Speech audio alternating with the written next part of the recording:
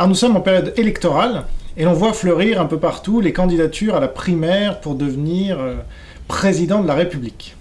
Mais les citoyens ont-ils vraiment le choix entre ces hommes et ces femmes politiques qui vont déterminer en partie leur avenir?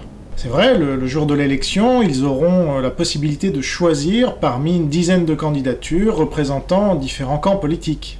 Mais les candidats ont été présélectionnés par les partis qui ont exclu les plus inconnus ou les plus sulfureux. Et donc, quand un électeur vote, même pour un candidat de son camp, il ne fait aucun choix libre. Le camp pour lequel il vote lui est imposé depuis sa naissance, sans même qu'il s'en rende compte. Les influences amicales, professionnelles, familiales, etc. le font voter par conformisme, obéissance ou les deux. Et quand il vote, il n'influence quasiment pas le résultat, du fait du nombre des votants. Et plus l'élection est importante, plus il y a de votants, donc moins il influence les résultats. Le choix libre, c'est de dire « je veux ça » et donc je l'obtiens. Et on voit bien que tel n'est pas le cas en politique. Nous subissons les hommes et les femmes politiques, de même que le régime politique dans lequel nous vivons.